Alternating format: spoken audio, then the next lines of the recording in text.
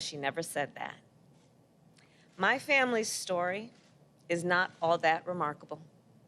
It is the story of the American family. Parents who will do anything for their children.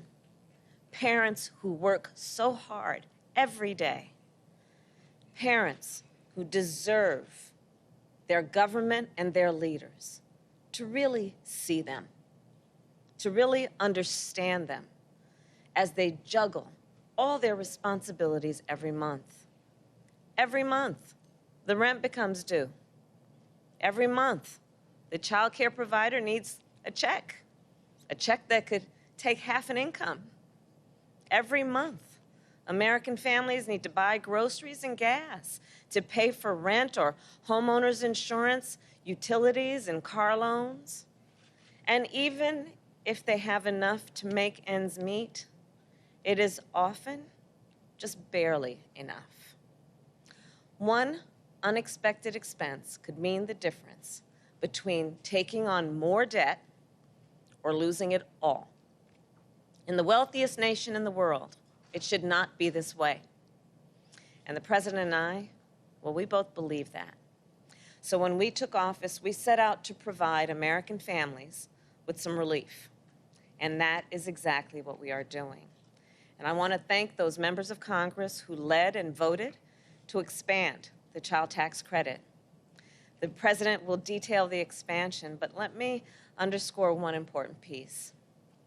This tax cut will be issued in monthly payments. This has never happened before. And America, yes, it is a big deal. I have been fighting for months and for quite some time, even when I was in the Senate, for monthly payments, because I know if the struggle to make ends meet is monthly, the solution has to be also. So before I introduce our president, let me close with this. The payments may be monthly, but the impact of this child tax credit will undoubtedly be generational. Indeed, it is the largest middle-class tax cut in generations and will lift up half of our nation's children who are living in poverty, out of poverty. And in lifting up those children, and in lifting up the American family, it will lift up our entire nation. Today is a good day, America. It is a historic day, and we are here today because of the vision and the leadership of a fellow parent, of a president who believes with all his heart that the strength of our nation should be measured by the strength of our families and our children. It is my great honor to introduce President Joe Biden. Thank you. Well, for you, anybody under the age of 13, this has got to be boring for you. Right? Well, I tell you what, we ought to work something out here so that when this is over, your parents, your uncles, your aunts, whoever you're with, they owe you some ice cream or something for this, you know? Folks, it's a pleasure to be here. I'm going to take a sip here. And this, I believe this is actually a historic day. Historic day in the sense that we continue to build an economy that respects and recognizes the dignity of working class families and middle class families. It's historic, and it's our effort to make another giant step toward ending child poverty in America. I think this will be one of the things that the Vice President and I will be most proud of when our terms are up. Beginning this morning, nearly all working families, that is, people making under $150,000 as families, or an individual making under $120,000, $25,000, who have children or raising children in America, they're going to receive their first monthly tax cut payment. That payment from the expanded child tax credit is to be signed into law as part of our American Rescue Plan. It's one of the largest ever single tax cuts for families with children. And it's a reflection of our belief that the people of this country who need a tax cut aren't the folks at the top. They've got plenty of tax cuts. They're doing just fine. But it's the people in the middle, the folks who are struggling, who are just looking for a little bit of, my dad would say, a little bit of breathing room, a little bit of breathing room. This has the potential to reduce child poverty in the same way that the Social Security reduced poverty for the elderly. And by the way, you think of monthly payments. You get a Social Security check, those who you know get Social Security, they get it monthly. Well, this will be, unless you want it at one lump sum, this will be a monthly payment for child care, for your children, a tax cut. And here's how the tax credit works. For every child under the age of 6, the parent will get $3,600 a year. For every child 6 to 17, they'll get $3,000 per year. For example, a middle-class family with 2 young children could expect to receive $7,200 a year to help raise their children. This will be they'll get the first half of this $3,600 starting today. And it'll be paid out at $600 a month between now, July, and December. And then they'll get the rest of the payment next spring around tax day. Now, if you file taxes electronically, you can go to your bank account today, and you'll see a payment that says Child CTC. Let me say that again.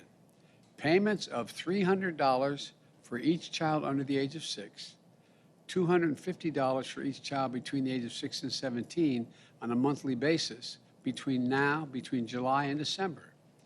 If you don't file your taxes electronically, as you did last year, you can expect to receive a check in the mail beginning today or a few days from now. And you'll get this payment on the 15th of every month for the rest of this year.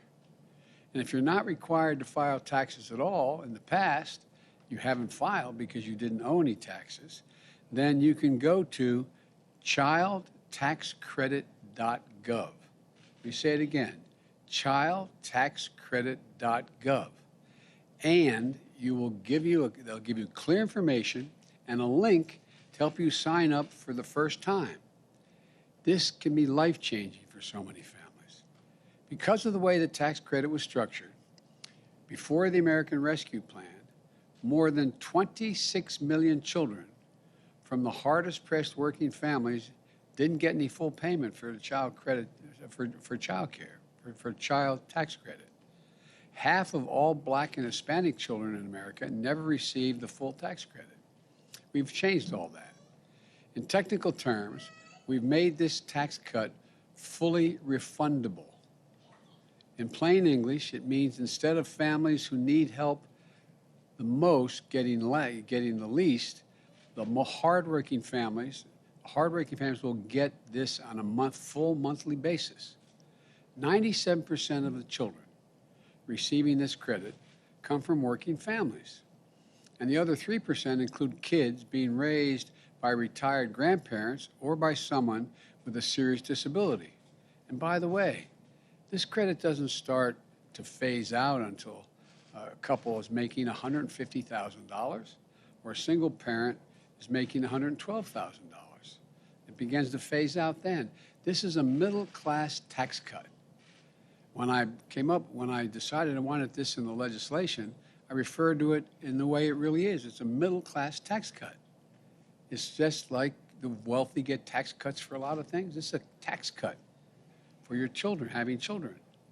And this can make it possible for a hardworking parent to say to his or her child, honey, you can get you new braces now. We can get you a tutor to help you in that math class you're having trouble with.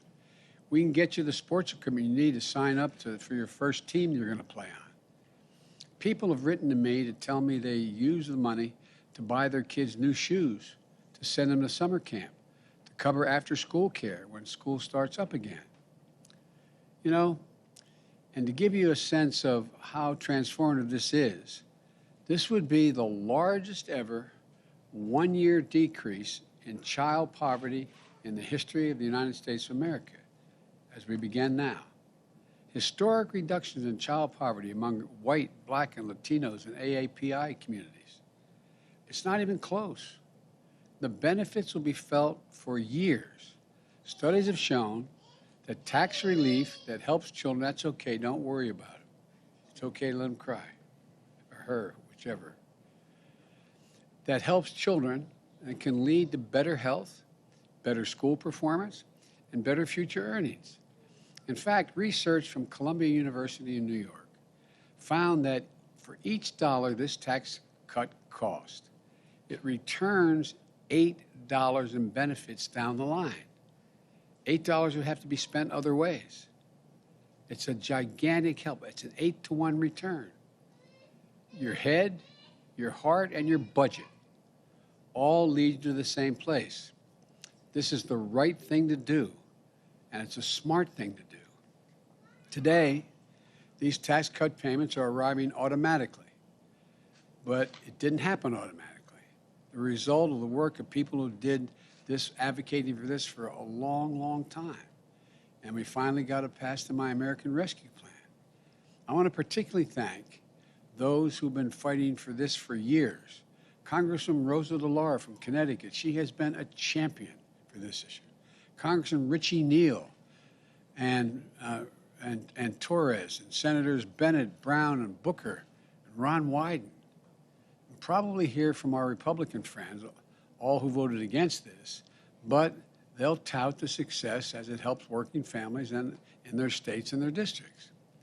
But in the coming days, we're also going to hear from them saying, I want to now extend this tax. It's only for 1 year now. It's all I could get it for the first time. And so I want to extend it into the future now. I have another piece of legislation we voted on soon, saying we're going to continue this. To the people who say we can't afford to give the middle class a break, I say we can afford it by making people at the top and the big corporations, over 50 of which paid no taxes last year at all, to finally just start paying their fair share. I'm not going to gouge them, just pay their fair share. Because people who are working hard and paying taxes deserve a break. That's why, excuse me for all these terms I'm using, but my Build Back Better agenda, which still needs to be voted on in the Congress, keeps this tax cut for working families in place for years to come. We shouldn't let taxes go up on working families. We shouldn't let child poverty continue to stain the conscience or drag down our economy. And so I say to my colleagues in Congress, this tax cut for working families is something we should extend, not end next year. And I say to all of you watching, make sure your family, friends, and community know about this tax cut.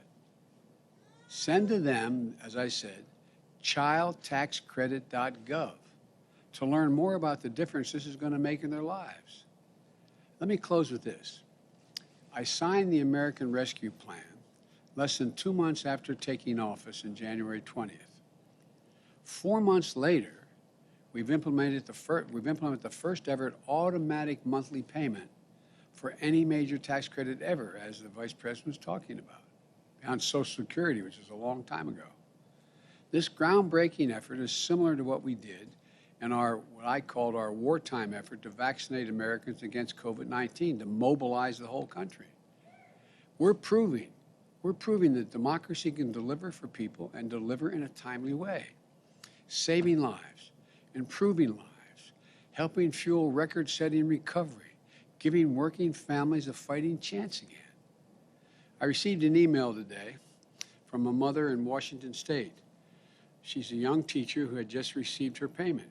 She wrote, and I'm quoting, "My family has been living hand to mouth to put me through school so I can follow my passion of molding young minds. This first CTC payment has come at the exact moment when we need it most. These payments may seem small to some, but they're life-changing for my family, for us. Millions of children and their families, starting today, their lives are about to change for the better, and our country will be better off for it as well. This is a really good day. And parents, you're going to be able to tell your kids when they're 25 years old that you were there the day this happened. We talked about it. We're showing once again that there's nothing beyond the capacity, our capacity as Americans to get done when we do it together. So I want to thank you. God bless you all, and may God protect our troops and kids. Thank you for being so polite while I was speaking.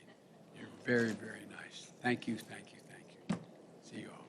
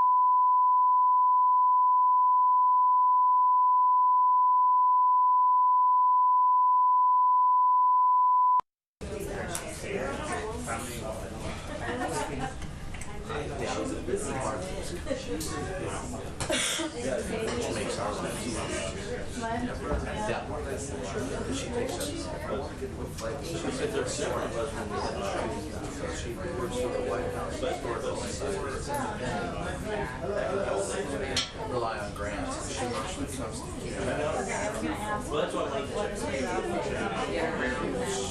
No, she rarely asks questions. She keeps track of, like, if you ever want to know, she's the one that keeps all the answers as to how many press conferences appearances. Yeah.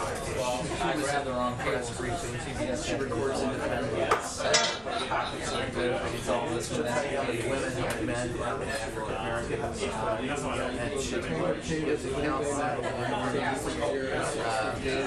How does she get? Because it's basically the same exact thing. Yeah, she counts dirt. And so she's the one that can tell you, and she lists presidential appearances by how many times they're in the briefing room, how many full press conferences, how many times they're out on the South Lawn, how many times they take questions on rules parades, how many what questions there are. And so she can tell you who's the most transparent, contrary to whatever claims the other make. This president, well, they all say, well, no, he takes questions all the time.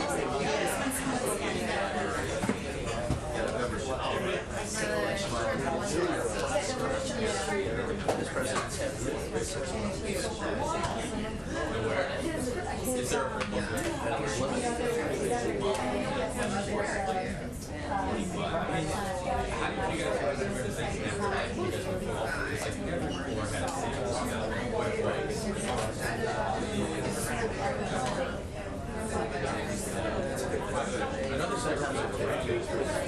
But, you know, like all the business. Trump did. Well, you actually,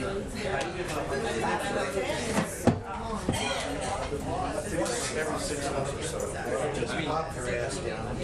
All the questions that are asked until they run out of questions. He never did. He's the last year of his administration, actually 10 months of his administration, he had appearances for COVID.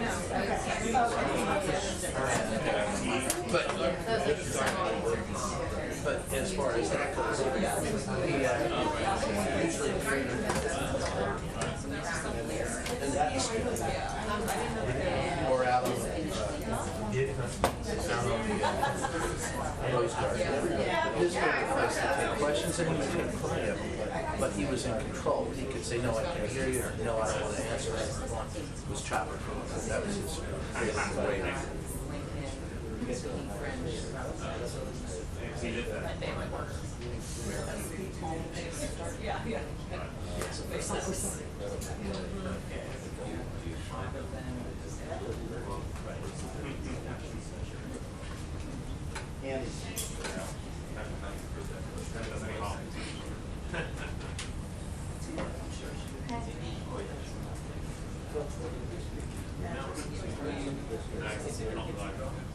Well, yeah, well, that's the other thing.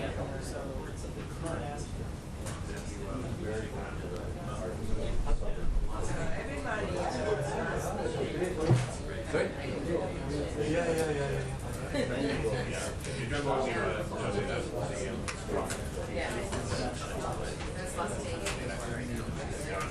Very unusual.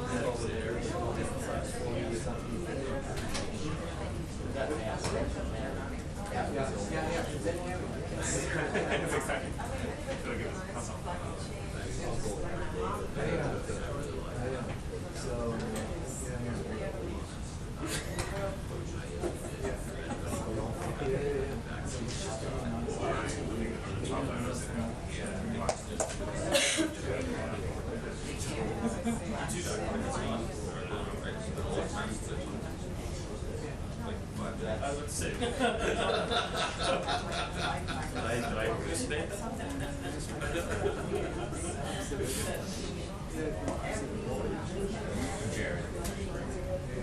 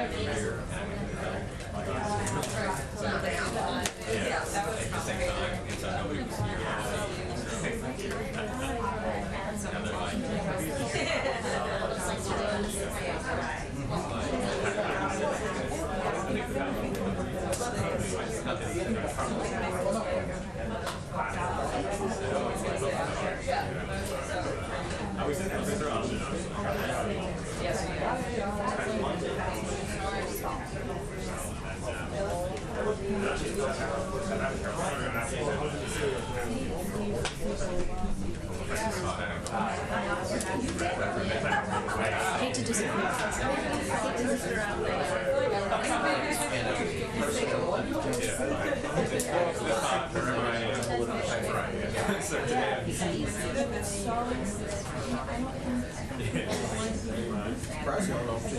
I know there's certain people who never do. Hey, good to see you.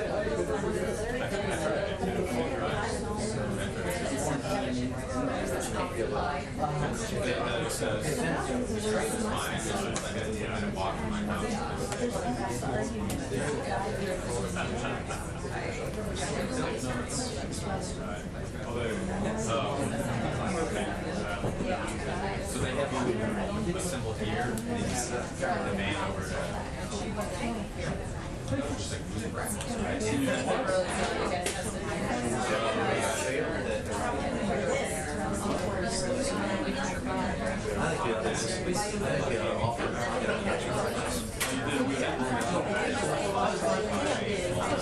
I was so responsible. I got back to the help out and then got the lottery ticket. Yeah.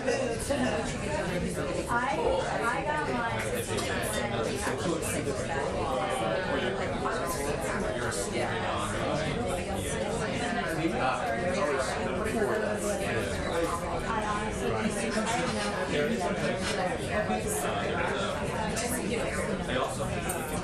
I got mine in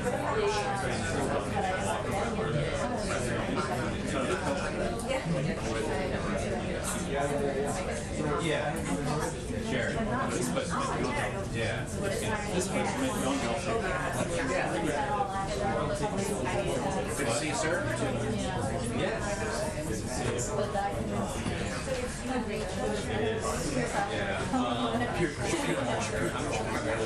I've never had a drink until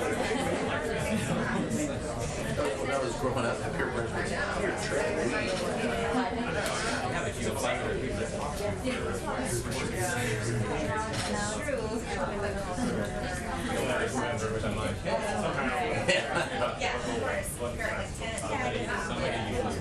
But it was so easy.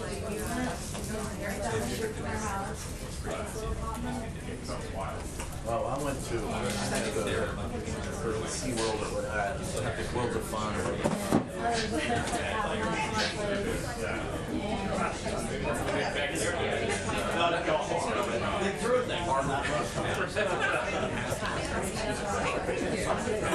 Welcome, President Portnoy.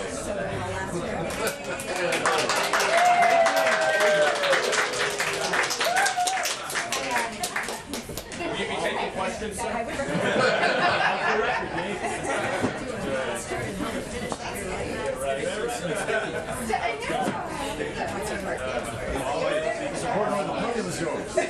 It's President Portnoy. President Portnoy.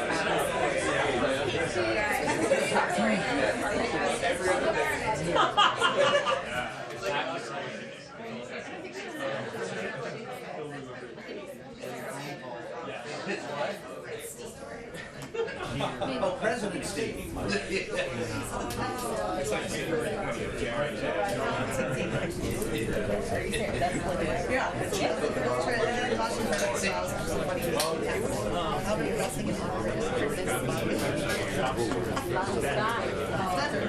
Yeah, that was mine. And this was, of course, like one time that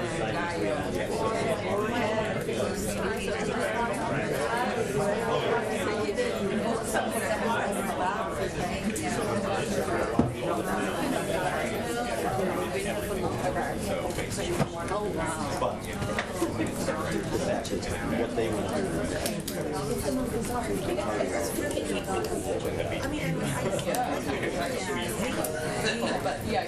And John before.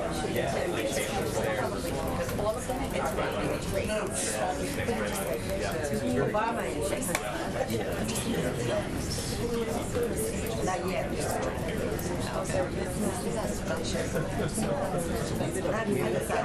I just thought that was like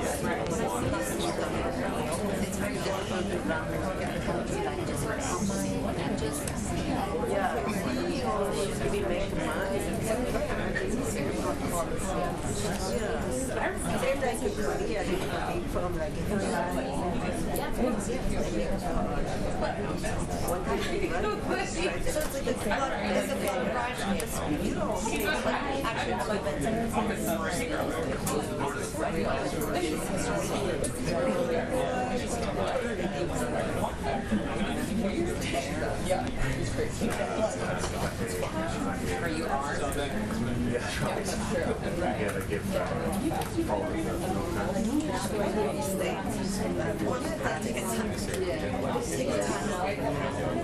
But yes,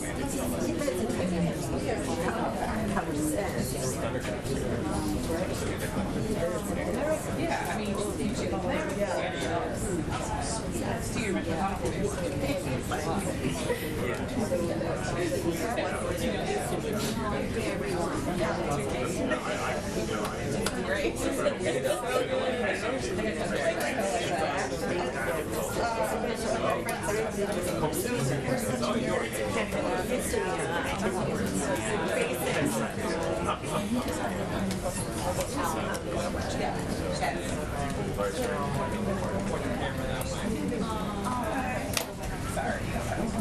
News for us, Amanda?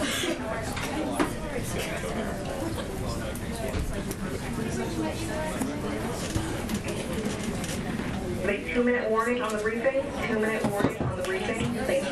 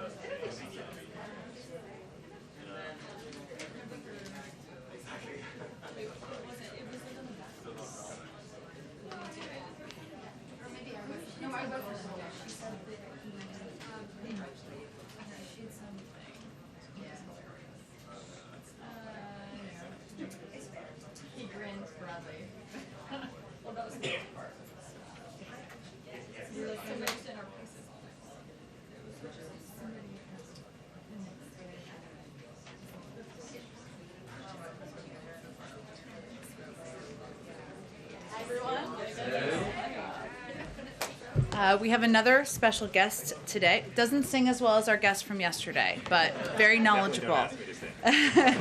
Today, we have a special guest, a Surgeon General Vivek Murthy. The Surgeon General has been one of our leading voices on public health in the administration, in particular around the COVID-19 response. Today, he published an advisory on health misinformation as an urgent public health crisis, and he's here to talk more about this issue and take a few of your questions. With that, I will turn it over.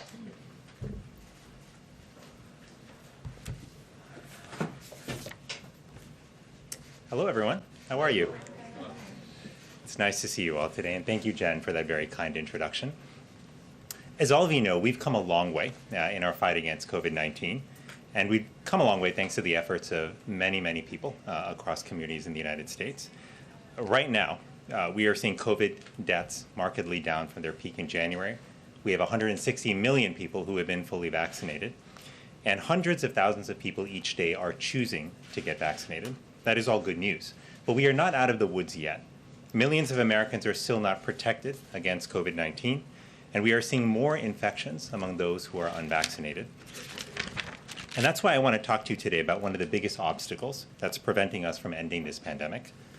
Today, I issued a Surgeon General's advisory on the dangers of health misinformation.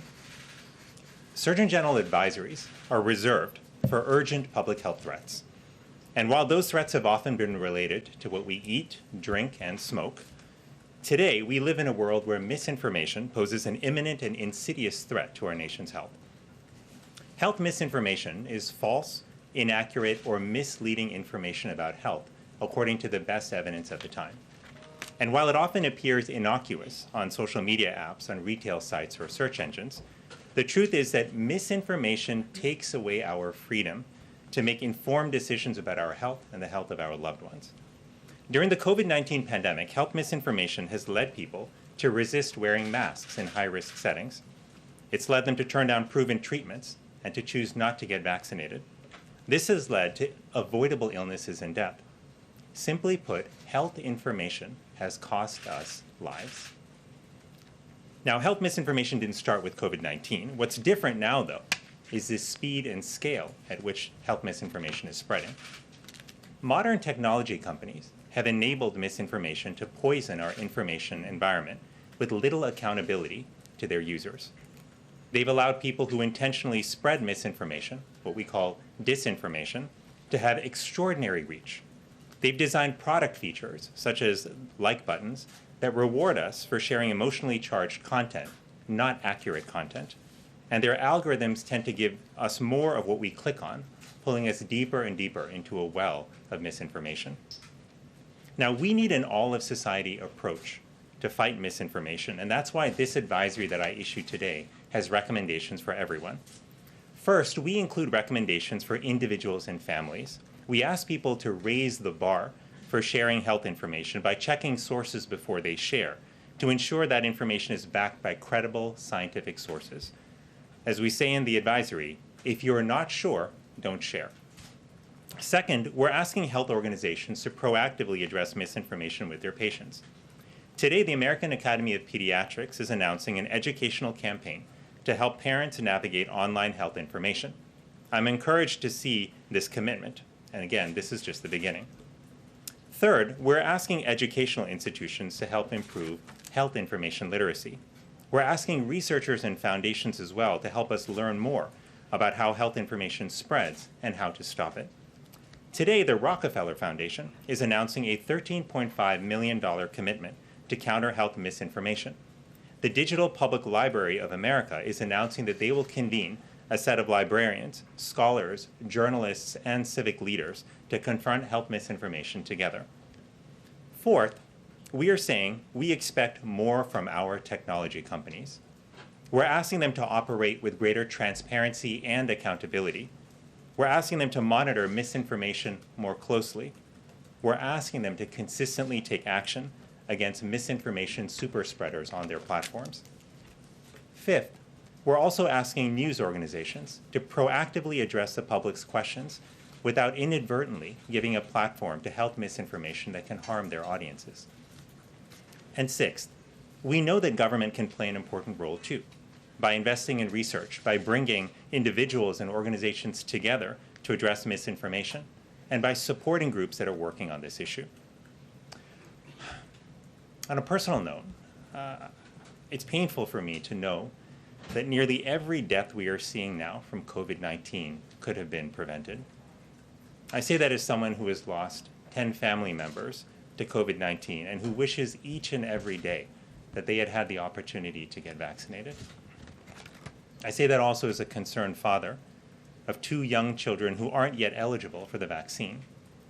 But I know that our kids are depending on all of us to get vaccinated to shield them from this virus.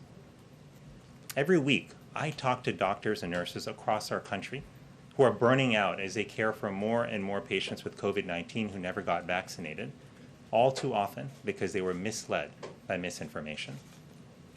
We must confront misinformation as a nation. Every one of us has the power and the responsibility to make a difference in this fight. Lives are depending on it.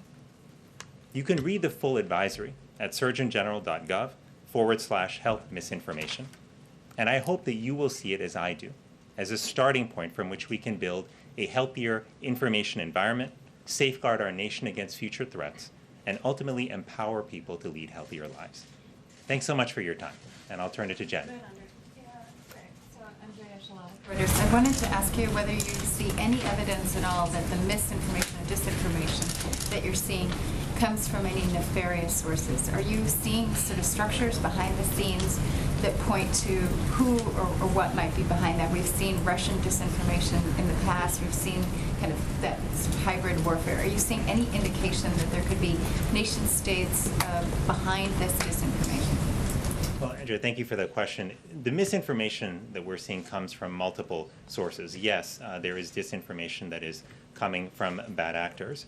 But what is also important to point out is that much of the misinformation that is circulating online is often coming from individuals who don't have bad intentions, but who are unintentionally sharing information that they think might be helpful. And that's why in this advisory, we make it very clear that among the things we're asking individuals to do is to pause before they share, to check sources, and if they're not sure if a source is credible, to not share. You know, one of the things we have said, again, is that when it comes to misinformation, not sharing is caring, unlike what many of our moms taught us earlier in life. Thank you very much.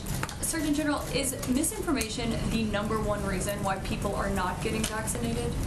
Well, Caitlin, it's one of several reasons why people are not getting vaccinated, but it's a very important one, because what we know from polls, Caitlin, is that 2/3 of people who are not vaccinated either believe common myths about the COVID-19 vaccine or think some of those myths might be true. Myths like you can get COVID from the vaccine, which is absolutely not true.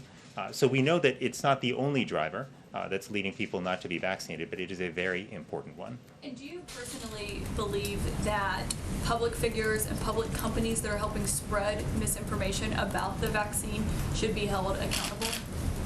Well, I think in a moment like this, when we see misinformation literally costing us our loved ones, costing us lives, all of us have to ask how we can be more accountable and responsible for the information that we share. And those of us who may have larger platforms, I think, bear a greater responsibility to think about that. But the bottom line is all of us have an important role here to play. And technology companies have a particularly important role. We know that the dramatic increase in the speed and scale of spread of misinformation has in part been enabled by these platforms. So that's why in this advisory today, we are asking them to step up. We know they have taken some steps to address misinformation, but much, much more has to be done. And we can't wait longer for them to take aggressive action because it's costing people their lives.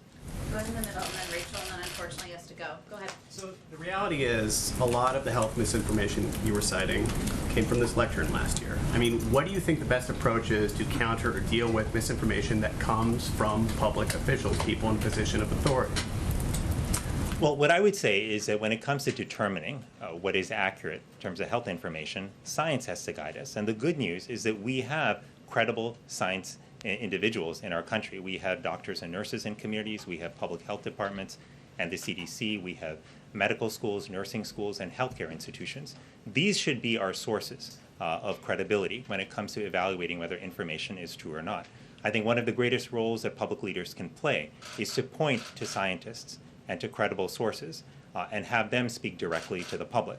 I'll note for you that that's one thing that this administration has done, is work hard to put scientists and healthcare professionals in front of cameras to have them speak directly to the public. That's what we have to do more of. The problem right now is that the voices of these credible health professionals are getting drowned out. And that's one of the reasons we are asking technology companies to help lift up the voices of credible health authorities. It's also why they have to do more to reduce the misinformation that's out there so that the true voices of experts can shine through. Thank you so much for taking my question. So are there specific elected leaders that you believe are part of the problem with pushing this misinformation? And we had an ABC News Washington Post poll that showed that 93% of Democrats say they're vaccinated or will be vaccinated, but only 49% of Republicans say the same. So how do you break through to the people who may be trusting some of these elected leaders that are pushing maybe some of this misinformation more than they actually trust members of your own administration? Well, thanks, Rachel. You know, I think about this as I think about doctoring and as I think about my approach to patients, which is I recognize that each patient that I was blessed to care for is an individual, you know, regardless of what their political affiliation or their past may be. They're an individual, and my goal was to understand what their needs and desires were, what their values were, and then to help them improve their health. We have to take a similar approach here when it comes to reaching people with information about COVID-19 and the vaccine.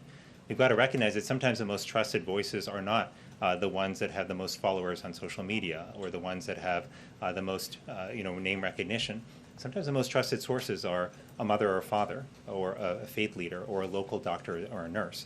And that's why to reach people with accurate information, what we have to do is partner with those local trusted voices.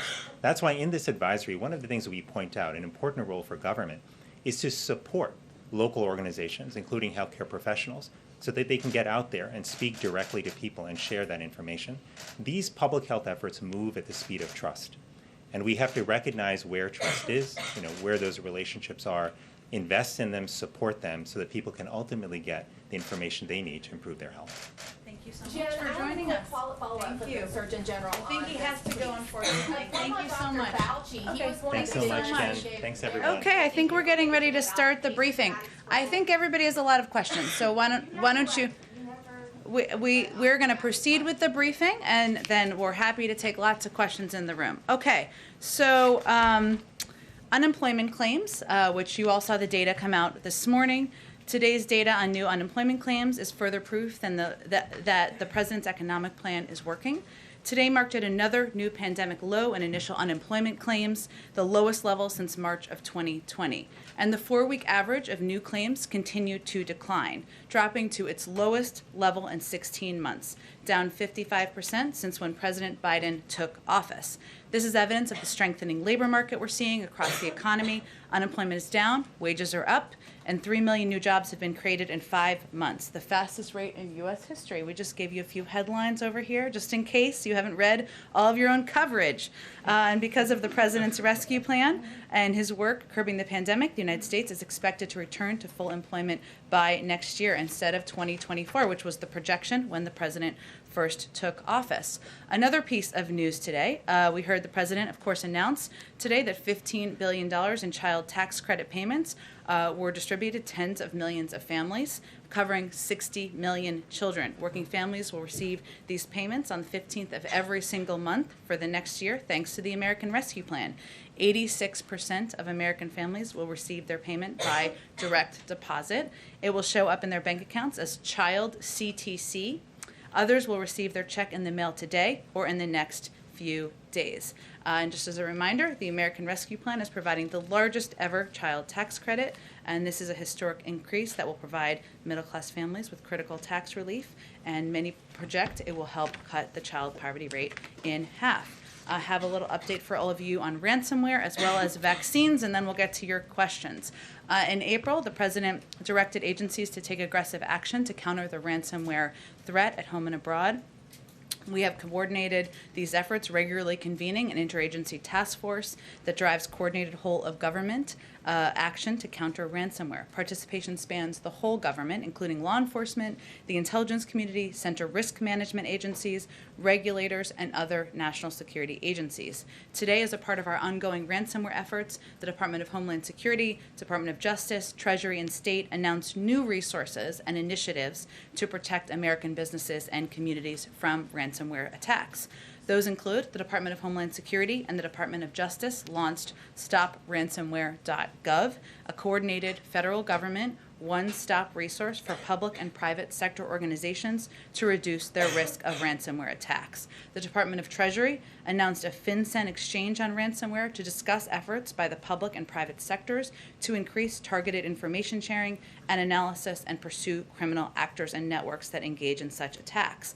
And the Department of State announced it will offer up to $10 million in rewards for information leading to the identification or location of any person engaged in state-sponsored malicious cyber activities. This is a part of our ongoing efforts and our ongoing work of our interagency process that is a newer initiative in this administration. Finally, last night, Haiti received 500,000 doses of COVID-19 Moderna vaccines donated by the United States through the COVAX facility, and we will send in a significant amount of additional doses to Haiti soon in consultation with local health authorities. The embassy in Haiti has worked closely with Haitian Health, the Haitian Health Ministry, Pan American Health Organization, and UNICEF to ensure that these vaccines arrive safely and securely, and that they are also distributed equitably and without interference to the people who need them most. We remain, of course, a partner of the Haitian people in building a more stable and secure Haiti, including in its fight against COVID-19. Go ahead, Alex. Thanks, Jen. Can you talk a little bit more about this request for tech companies to be more aggressive in policing misinformation? Has the administration been in touch with any of these companies, and are there any actions that the federal government can take to ensure their cooperation? Because we've seen from the start there's not a lot of action on some of these platforms. Sure. Well, first, we are in regular touch with these social media platforms, and those engagements typically happen through members of our senior staff, but also members of our COVID-19 team. Given, as Dr. Murthy conveyed, this is a big issue of misinformation, specifically on the pandemic. In terms of actions, Alex, that we have taken, or we're working to take, I should say, from the federal government, we've increased disinformation research and tracking within the Surgeon General's office. We're flagging problematic posts for Facebook that spread disinformation. We're working with doctors and medical professionals to connect to connected medical experts who are popular with their audiences with accurate information and boost trusted content. So we're helping get trusted content out there. We also created the COVID Community Corps to get factual information into the hands of local messengers. And we're also investing, as you all have seen, in the president's, the vice president's, and Dr. Fauci's time in meeting with influencers who also have large reaches to a lot of these target audiences who can spread and share accurate information. You saw an example of that yesterday. I believe that video will be out tomorrow. I think that was your question, Steve, yesterday. I did a full follow-up there. There are also proposed changes that we have made to social media platforms, including Facebook, and those specifically are 4 key steps. One, that they measure and publicly share the impact of misinformation on their platform. Facebook should provide publicly and transparently data on the reach of COVID vaccine misinformation, not just engagement, but the reach of the misinformation and the audience that it's reaching. That will help us ensure we're getting accurate information to people. This should be provided not just to researchers, but to the public, so that the public knows and understands what is accurate and inaccurate. Second, that we have proposed that they create a robust enforcement strategy that bridges their properties and provides transparency about the rules. So I think this was a question asked before, there's about 12 people who are producing 65% of anti-vaccine misinformation on social media platforms. All of them remain active on Facebook, despite some even being banned on other platforms, including Facebook, ones that Facebook owns. Third, it's important to take faster action against harmful posts. As you all know, information travels quite quickly on social media platforms. Sometimes it's not accurate, and Facebook needs to move more quickly to remove harmful violative posts. Posts that will be within their policies for removal often remain up for days. That's too long. The information spreads too quickly. Finally, We have proposed they promote quality information sources in their feed algorithm. Facebook has repeatedly shown that they have the leverage to promote quality information. We've seen them effectively do this in their algorithm over low quality information, and they've chosen not to use it in this case, and that's certainly an area that would have an impact. So these are certainly the proposals. We engage with them regularly, and they certainly understand what our asks are. And one of the problems with vaccines right now is that they've become politicized. You guys, the White House has obviously made the calculation that it's important to be more aggressive in confronting misinformation, but is there at all a concern that that could backfire and further contribute to politicization, and is there anything that you can do to prevent that at this point? Well, you're absolutely right, I should say, Alex, in that we have to be very careful, and we are mindful of being quite careful of not politicizing the effectiveness of vaccines, the fact that they can save lives, young people, old people, middle-of-the-road people. It's important for us, we've made a calculation, to push back on misinformation. You're right. But that's one of the reasons, as Dr. Murthy was conveying, we have empowered, engaged, funded local voices, because they are often the most trusted voices: doctors, medical experts, clergy, people who are members of civic leaders and communities. That's where we are putting most of our resources, even as we are working to combat misinformation that's traveling online or traveling, unfortunately, out of the mouths of elected officials from time to time. Go ahead. I want to follow up on the ransomware question. So the president told us last week that there's this meeting tomorrow of the U.S.-Russian working group on ransomware. Can you say a little bit more about that meeting? It was actually yesterday. Okay. And can you give us any kind of a further readout of what decisions were made, if any? Last week, the president also said that it made sense to potentially go after servers that were being used in these ransomware attacks. Has the administration made any decisions about whether to proceed with that kind of action? So I would say that the meeting, which I believe was yesterday, I will double confirm for you, Andrea, and for others, but is part of ongoing engagement that has been occurring at the expert level since the president met with President Putin. So it's been ongoing. No one meeting is necessarily decisive. It's about having a continued discussion about our expectations and steps that need to be taken to address ransomware attacks, cyber attacks, and what the capacities are and information, of course, that we have. In terms of specific actions, the president, of course, reserves the right and the option to respond in a time and a manner of his choosing, should he believe actions warrant. But I'm not going to preview that from the podium today or probably any day. Go ahead. So a senior administration official had told us in the aftermath of that conversation that we should expect action within days and weeks, and some of it would be visible, some of it would not be visible. I understand that you can't share a lot of information, but can you say whether any action has in fact been taken that perhaps is not visible to us? There's nothing more I can preview or detail for you from here. I certainly understand the interest. Go ahead. The president has designated $10 billion for testing in schools, but we've seen some states like Idaho and Iowa, they say they don't even want the money. So is that a mistake, and who should be held responsible if children in those schools get sick? Well, certainly we've always said from the beginning that local school districts are going to make decisions about how to use the funding and resources available, but also how they're going to apply the mitigation measures that have been laid out by the CDC. And certainly we would expect that members of their local community, parents, others who care about the health and well-being of their children would voice their concern if they have it. But it's always worked that way in terms of local school districts implementing policies. The role of the CDC is to provide public health information. Our role from the federal government was to secure funding to ensure schools that need resources. They don't all need resources, but have access to those funds should they need it. Many have used it, many have applied it, and many schools will be opening as a result of that funding. Is there a concern, though, about not being able to even track an outbreak if there is one because of the lack of testing, possibly?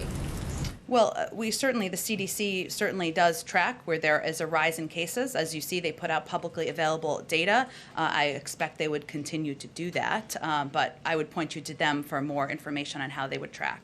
Can I just ask one quick follow-up on inflation? We heard from the Fed Chair Jerome Powell. He's testifying on Capitol Hill this week. He noted that inflation has notably increased, but he believes that it will remain elevated in the coming months and before moderating. We've heard from Republicans who say the administration is sort of flooding the economy with cash. Even Democrats, like Senator Joe Manchin, I talked to him yesterday. He says that he has concerns about inflation. Is the White House underestimating the impact of all of this government spending that it will have on inflation? Well, our experts believe, and the data shows, and the Federal Reserve Chair, who operates independently, conveyed yesterday that most of the price increases we are seeing are expected to be temporary due to the consequences of restarting an economy shut down during the pandemic. And we're seeing that in certain industries more than others as prices go back to where they were pre-pandemic. And that certainly we had an expectation that would be an impact. So areas like spike in car prices due to supply chain challenges on the restart, or a spike in hotel room costs as the hospitality industry gets going. A number of these are transitory, or they're impacted by other factors, including supply chain issues, which we're working with Democrats and Republicans to help address through the CHIPS legislation. But I want to be clear, we understand the threat that inflation poses. We will be vigilant as responses are needed. As it relates to legislation we're continuing to advocate for, the way to keep prices in our economy down is to increase the supply of goods that consumers want to buy and keep the costs of producing and getting them to market lower. That's exactly what the President's bipartisan infrastructure framework and the Build Back Better plans will do. And I would also remind you all, it's an 8-year investment in better roads, bridges, and transit systems. So this is not an immediate influx in the next few months of funding. It's over the course of several years, because this is a long-term issue. And it will also, as we work to pass the Build Back Better reconciliation package, increase the availability of childcare, more workers will enter the workforce, increasing our output and helping to keep prices down. So we are quite mindful of it. We do monitor it. I would also note the Federal Reserve, who's independent, has also projected that the inflation numbers will come down to about 2.2 next year from where they're projecting for this year, which is something we also watch closely. Go ahead, Caitlin. Are you confident that the government is going to be able to find the parents who qualify for the child tax credit but are outside of the tax system? Well, we have as you've seen, as we've implemented a number of our programs to date, we have a number of means of trying to identify individuals who are eligible for these programs. Some of it is by promotion in communities for individuals who may not have had to pay taxes or may not be in the system. And certainly we will be vigilant and do everything we can to reach every single person who's eligible, get out the word to communities that there may be people who are eligible even if they don't make enough money to pay taxes. So what are the other avenues specifically that you're using to find these parents? Well, I think you've seen us use a number of avenues in the past few months where there were not individuals as it related to our $1,400 checks that we put out just a few months ago. We put out